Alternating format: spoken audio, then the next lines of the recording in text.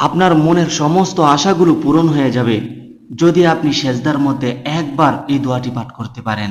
সম্মানিত দর্শক, আমি আপনাদের সামনে আজ এমন একটি দোয়া নিয়ে আলোচনা করব, যে দোয়াটি যদি আপনি সেজদার মধ্যে একবার পড়তে পারেন, আল্লাহ চাহে তো, আল্লাহর ইচ্ছায় আপনার মনের মধ্যে যত আশা লুকিয়ে আছে, যত ভালো উদ্দেশ্য রয়েছে, সমস্ত আশা এবং উদ্দেশ্যগুলো আল্লাহ তাআলা পূরণ করে দিবেন। এমনকি আপনি আল্লাহ তাআলার দরবারে যাই চাবেন, আল্লাহ তাআলা আপনাকে তাই দিয়ে দিবেন। এই আমলটির নিয়মটি আপনাদেরকে আমি বলে দিব।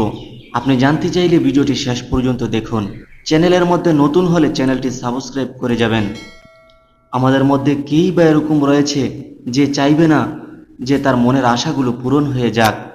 আমরা তো সবাই এটাই চাই যে আমি আল্লাহ তাআলার দরবারে যেই দোয়াটা করব সেই দোয়াটা কবুল হয়ে যাক। আমার মনের মধ্যে যে আশাগুলো রয়েছে প্রতিটা আশা আল্লাহ তাআলা পূরণ করে দিক। আমরা সবাই চাই দুনিয়াতে যতদিন থাকব ততদিন আল্লাহ তাআলার প্রিয় হয়ে থাকব। আল্লাহ তাআলার প্রিয় কে হতে চায় না? সকলেই আল্লাহ তাআলার প্রিয় হতে চায়। আমাদের চাওয়াগুলো পূরণ করতে পারে একমাত্র আল্লাহ তাআলাই। আল্লাহ তাআলাকে ছাড়া অন্য কেউ আমাদের আশাগুলো পূরণ করতে পারে না, আমাদের ইচ্ছাগুলো পূরণ করতে পারে না।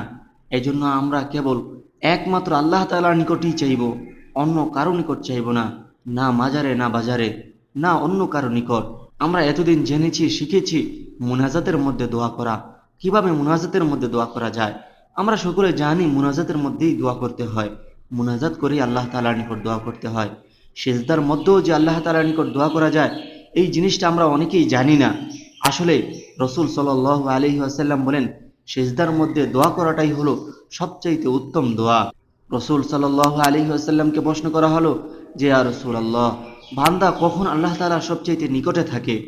তখন রাসূল সাল্লাল্লাহু আলাইহি ওয়াসাল্লাম বলেন, একজন বান্দা যখন সিজদার মধ্যে যায় তখন ওই বান্দা আল্লাহ তাআলার সবচাইতে নিকটে চলে যায়। ওই বান্দা এবং আল্লাহ তাআলার নিকট আর কোনো গ্যাপ থাকে না, আর কোনো পর্দা থাকে না। বান্দা যখন সিজদায় থাকে তখন সরাসরি সে আল্লাহ তাআলার সাথে কানেক্টেড থাকে। ওই সময় যদি সে কিছু আল্লাহ তাআলার নিকট চায়, আল্লাহ তাআলা তাকে দিয়ে দিবে। সুবহানাল্লাহ, কত চমৎকার কথা! আপনি আল্লাহ তাআলার সবচেয়ে নিকটে থাকবেন এবং আল্লাহ তাআলার নিকট যা চাবেন তাই পাবেন। এখানে একটি শর্ত রয়েছে, শর্তটি হলো আপনি সর্বোচ্চ ইয়াকিনের সাথে, আত্মবিশ্বাসের সাথে আপনি আপনার আল্লাহ তাআলার নিকট যেতে হবে, আল্লাহ তাআলার নিকট আপনি বলতে হবে, তাহলেই আপনি পাবেন। এরকম যদি হয় যে আপনি হীনমন্যতার সাথে চাইলেন, তাহলে আপনি কখনোই পাবেন না। এই কথাটি আমি অনেকবারই আপনাদেরকে বলেছি। দোয়া কবুলের জন্য সবচাইতে বড় শর্ত হলো দিলের মধ্যে আত্মবিশ্বাস থাকা। আমি যে দোয়া করতেছি এই দোয়া কবুল হবেই হবে, আর আমার আল্লাহ রহমান, আমার আল্লাহ আমার দোয়া কবুল করবেনই। আমি যত বড় গুনাহগারই হই না কেন, আমি যত বড় পাপিষ্ঠই হই না কেন, আমার আল্লাহ তাআলার রহমান এবং রহিম তিনি অনেক বড়। আমার আল্লাহ তাআলার দয়া আমার গুনার চাইতে অনেক বেশি বড়। অতএব আমার আল্লাহ তাআলা আমাকে ক্ষমা করবেন। আমি আল্লাহ তাআলার নিকট যা চাইবো তা আল্লাহ তাআলা আমাকে দিবেন, কারণ আমি যা চাইবো তার চাইতে অনেক বেশি বড় আমার আল্লাহ তাআলার খাজানা। সর্বোপরি কথা হলো আল্লাহ তাআলার উপর সম্পূর্ণ আত্মবিশ্বাসের সাথে আপনি দোয়া করবেন। আল্লাহ তাআলার নিকট যখন চাইবেন আত্মবিশ্বাসের সাথে চাইবেন, আল্লাহ তাআলার উপর সর্বোচ্চ ভরসা রেখে আপনি চাইবেন। কেননা আল্লাহ তাআলা বলেছেন, উদউনি আস্তাজিব লাকুম, বান্দা তুমি আমাকে ডাকো, আমি তোমার ডাকে সাড়া দিব। আর যেহেতু আমি তোমার ডাকে সাড়াই দিব, এই জন্য তোমার উচিত হলো তুমি আমার নিকট বেশি বেশি চাও, তুমি আমাকে বেশি বেশি ডাকো, আর তুমি আমার নিকট বেশি বেশি চাইবে তো আমি তোমাকে বেশি বেশি দিব। আমাদের চাওয়াগুলো পূরণ করতে পারে একমাত্র আল্লাহ তাআলাই। আল্লাহ তাআলাকে ছাড়া অন্য কেউ আমাদের আশাগুলো পূরণ করতে পারে না, আমাদের ইচ্ছাগুলো পূরণ করতে পারে না। এজন্য আমরা কেবল একমাত্র আল্লাহ তাআলার নিকটই চাইব, অন্য কারো নিকট চাইব না, না মাজারে না বাজারে, না অন্য কারো নিকট। আমরা এতদিন জেনেছি, শিখেছি মুনাজাতের মধ্যে দোয়া করা, কিভাবে মুনাজাতের মধ্যে দোয়া করা যায়। আমরা সকলে জানি মুনাজাতের মধ্যেই দোয়া করতে হয়, মুনাজাত করেই আল্লাহ তাআলার নিকট দোয়া করতে হয়। সিজদার মধ্যেও যে আল্লাহ তাআলার নিকট দোয়া করা যায়, এই জিনিসটা আমরা অনেকেই জানি না। আসলে রাসূল সাল্লাল্লাহু আলাইহি ওয়াসাল্লাম বলেন, সিজদার মধ্যে দোয়া করাটাই হলো সবচাইতে উত্তম দোয়া। রাসূল সাল্লাল্লাহু আলাইহি ওয়াসাল্লামকে প্রশ্ন করা হলো যে, ইয়া রাসূলুল্লাহ, বান্দা কখন আল্লাহ তাআলার সবচাইতে নিকটে থাকে? তখন রাসূল সাল্লাল্লাহু আলাইহি ওয়াসাল্লাম বলেন, একজন বান্দা যখন সিজদার মধ্যে যায় তখন ওই বান্দা আল্লাহ তাআলার সবচাইতে নিকটে চলে যায়। ওই বান্দা এবং আল্লাহ তাআলার নিকট আর কোনো গ্যাপ থাকে না, আর কোনো পর্দা থাকে না। বান্দা যখন সিজদায় থাকে তখন সরাসরি সে আল্লাহ তাআলার সাথে কানেক্টেড থাকে। ওই সময় যদি সে কিছু আল্লাহ তাআলার নিকট চায়, আল্লাহ তাআলা তাকে দিয়ে দিবে। সুবহানাল্লাহ, সুবহানাল্লাহ, কত চমৎকার কথা। আপনি আল্লাহ তাআলার সবচেয়ে নিকটে থাকবেন এবং আল্লাহ তাআলার নিকট যা চাবেন তাই পাবেন। এখানে একটি শর্ত রয়েছে, শর্তটি হলো আপনি সর্বোচ্চ ইয়াকিনের সাথে, আত্মবিশ্বাসের সাথে আপনি আপনার আল্লাহ তাআলার নিকট যেতে হবে, আল্লাহ তাআলার নিকট আপনি বলতে হবে, তাহলেই আপনি পাবেন। এরকম যদি হয় যে আপনি হীনমন্যতার সাথে চাইলেন, তাহলে আপনি কখনোই পাবেন না। এই কথাটি আমি অনেকবারই আপনাদেরকে বলেছি। দোয়া কবুলের জন্য সবচাইতে বড় শর্ত হলো দিলের মধ্যে আত্মবিশ্বাস থাকা। আমি যে দোয়া করতেছি এই দোয়া কবুল হবেই হবে, আর আমার আল্লাহ রহমান, আমার আল্লাহ আমার দোয়া কবুল করবেনই। আমি যত বড় গুনাহগারই হই না কেন, আমি যত বড় পাপিষ্ঠই হই না কেন, আমার আল্লাহ তাআলার রহমান এবং রহিম তিনি অনেক বড়। আমার আল্লাহ তাআলার দয়া আমার গুনার চাইতে অনেক বেশি বড়। অতএব আমার আল্লাহ তাআলা আমাকে ক্ষমা করবেন। আমি আল্লাহ তাআলার নিকট যা চাইবো তা আল্লাহ তাআলা আমাকে দিবেন, কারণ আমি যা চাইবো তার চাইতে অনেক বেশি বড় আমার আল্লাহ তাআলার খাজানা। সর্বোপরি কথা হলো আল্লাহ তাআলার উপর সম্পূর্ণ আত্মবিশ্বাসের সাথে আপনি দোয়া করবেন। আল্লাহ তাআলার নিকট যখন চাইবেন আত্মবিশ্বাসের সাথে চাইবেন, আল্লাহ তাআলার উপর সর্বোচ্চ ভরসা রেখে আপনি চাইবেন। কেননা আল্লাহ তাআলা বলেছেন, উদউনি আস্তাজিব লাকুম, বান্দা তুমি আমাকে ডাকো আমি তোমার ডাকে সাড়া দিব। আর যেহেতু আমি তোমার ডাকে সাড়াই দিব, এই জন্য তোমার উচিত হলো তুমি আমার নিকট বেশি বেশি চাও, তুমি আমাকে বেশি বেশি ডাকো, আর তুমি আমার নিকট বেশি বেশি চাইবে তো আমি তোমাকে বেশি বেশি দিব।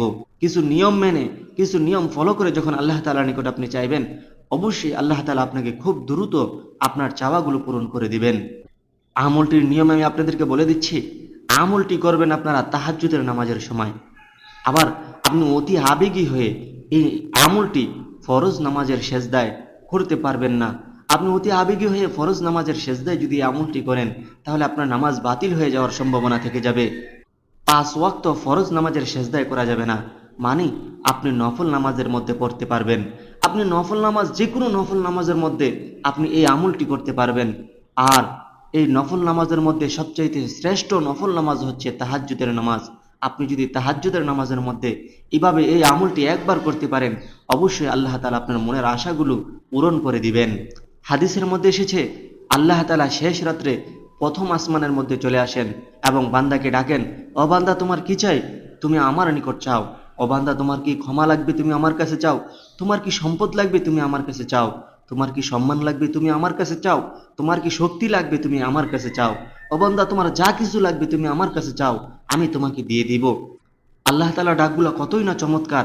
তারপরেও যদি আমরা আল্লাহ তাআলার নিকট না চাই, আমাদের মতন হতভাগা আর কে হতে পারে। আল্লাহ তাআলা ডাকে, কে ঋণগ্রস্ত আসো, আসো আমার কাছে বলো, আমি তোমার ঋণ পরিশোধের ব্যবস্থা করে দিব। কে অসুস্থ রয়েছ, আসো আমার কাছে বলো, আমি তোমাকে সুস্থ করে দিব। কোন ব্যক্তি এরকম রয়েছ যে পেরেশানির মধ্যে ডুবে আসো, আসো তোমার পেরেশানিগুলো আমাকে খুলে বলো, আমি তোমার সমস্ত পেরেশানি দূর করে দিব। আপনি যখন তাহাজ্জুদ নামাজের সেজদায় থাকবেন, তখন আমি যেই দোয়াটির কথা এখন বলবো, এই দোয়াটি আপনি একবার পড়বেন আর মন খুলে আল্লাহ তাআলার নিকট চাইবেন। দোয়াটি কোরআনের একটি আয়াত। আমরা এই দোয়াটিকে অনেক সময় মুনাজাতের মধ্যে পড়ে থাকি। আমাদের মধ্যে প্রায় মানুষের এই দোয়াটি মুখস্থ রয়েছে। দোয়াটি হলো, রব্বানা আতিনা ফিদ দুনিয়া হাসানা ওয়া ফিল আখিরাতি হাসানা ওয়া কিনা আযাবান নার।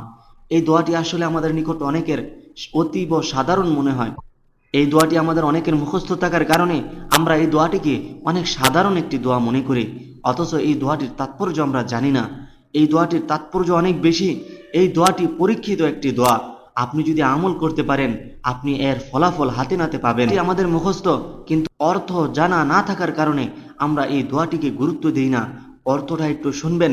অর্থটা হলো, রব্বানা আতিনা ফিদ দুনিয়া। রব্বানা অর্থ হলো, হে আমার আল্লাহ, আতিনা ফিদ দুনিয়া, আপনি আমাকে দুনিয়ার মধ্যে যা কিছু রয়েছে সব কিছু দেন। আতিনা ফিদ দুনিয়া হাসানা, দুনিয়ার মধ্যে যত কিছু রয়েছে কল্যাণকর, সমস্ত কল্যাণকর আপনি আমাকে দান করেন, সমস্ত কল্যাণ আপনি আমাকে দান করেন।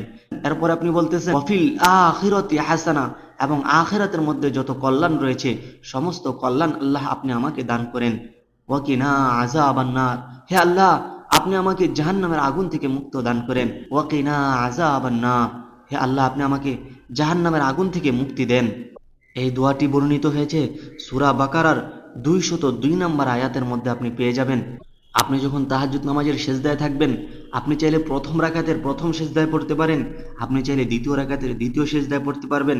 প্রতি রাকাতের প্রতিটা সেজদার যখন তাসবিহগুলো আপনি পড়ে শেষ করে ফেলবেন, সুবহানা রাব্বিয়াল আ'লা, সুবহানা রাব্বিয়াল আ'লা, সুবহানা রাব্বিয়াল আ'লা, তিনবার পড়ার পরে আপনি আল্লাহ তাআলার নিকট এই দোয়াটি করবেন, রব্বানা আতিনা ফিদ দুনিয়া হাসানা ওয়া ফিল আখিরাতি হাসানা ওয়া কিনা আযাবান নার।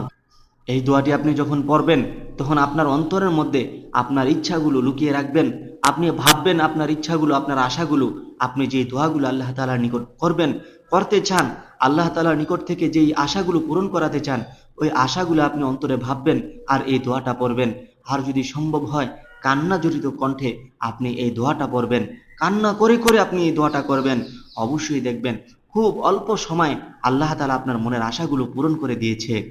তাহাজ্জুদ নামাজ শেষ করার পরে আপনি দুরূদ শরীফ পাঠ করবেন। দুরূদ শরীফ পাঠ করে আপনি আল্লাহ তাআলার নিকট আপনার মন খুলে আপনার যত আশা রয়েছে, যত আকাঙ্ক্ষা রয়েছে, যত ইচ্ছা রয়েছে, সমস্ত কিছু আল্লাহ তাআলার নিকট বলবেন আর আল্লাহ তাআলার নিকট মন খুলে চাইবেন।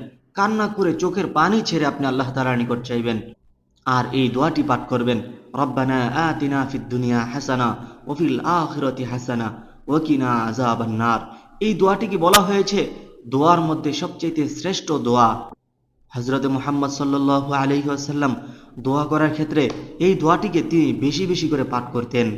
বলা হয় যে যদি কোনো ব্যক্তি আল্লাহ তাআলার ওলি হতে চায়, যদি কোনো ব্যক্তি গাউস কুতুব হতে চায়, যদি কোনো ব্যক্তি বুজুর্গ হতে চায়, আল্লাহওয়ালা হতে চায়, সে তাহাজ্জুদ নামাজ যেন পড়ে।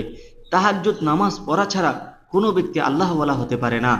আমরা অনেক সময় ভুল মানুষকে আল্লাহওয়ালা মনে করি যে কিনা ৫ ওয়াক্ত নামাজই পড়ে না, যে কিনা নোংরা অবস্থায় চলাফেরা করে, যাকে লোকে পাগল বলে তাকে আমরা ওলি বলে চিনে থাকি অনেকে।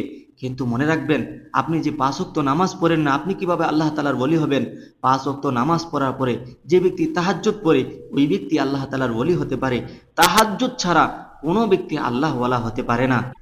নামাজের মধ্যে সবচেয়ে শ্রেষ্ঠ নামাজ হলো ৫ ওয়াক্ত ফরজ নামাজ। ৫ ওয়াক্ত নামাজের পরে সবচেয়ে শ্রেষ্ঠত্ব পাওয়া নামাজের নাম হলো তাহাজ্জুদের নামাজ। নবী করিম সাল্লাল্লাহু আলাইহি ওয়াসাল্লাম তাহাজ্জুদের নামাজ নিয়মিত পড়তেন। এই তাহাজ্জুদের নামাজ নবী সাল্লাল্লাহু আলাইহি ওয়াসাল্লাম মাঝে মাঝে সেরেছেন, কেননা রসুল সাল্লাল্লাহু আলাইহি ওয়াসাল্লাম শঙ্কাবোধ করতেন যদি এটা রসুল সাল্লাল্লাহু আলাইহি ওয়াসাল্লাম নিয়মিত পড়েন তাহলে আল্লাহ তাআলা আমাদের উপর ফরজ করে দিবেন। যদি আল্লাহ তাআলা আমাদের উপর ফরজ করে দেয়, আমরা এটা পড়তে আমাদের জন্য কষ্ট হয়ে যাবে। এজন্য রসুল সাল্লাল্লাহু আলাইহি ওয়াসাল্লাম মাঝে মাঝে সেরেছেন আমাদের উপর যেন ফরজ না হয়ে যায়। যদি আমাদের উপর কষ্ট না হতো তাহলে এটাকে আমাদের উপর ফরজ করে দেওয়া হতো। তাহাজ্জুদের নামাজ রসুল সাল্লাল্লাহু আলাইহি ওয়াসাল্লাম অনেক বেশি ভালোবাসতেন এবং অনেক বেশি পড়তেন, অনেক বেশি পরিমাণে পড়তেন এবং আমাদেরকে অনেক বেশি পরিমাণে পড়ার জন্য আদেশ করে গিয়েছেন। নামাজের মধ্যে ৫ ওয়াক্ত নামাজের পরে সবচাইতে শ্রেষ্ঠ নামাজ হলো তাহাজ্জুদের নামাজ। আর আপনি তাহাজ্জুদের সময়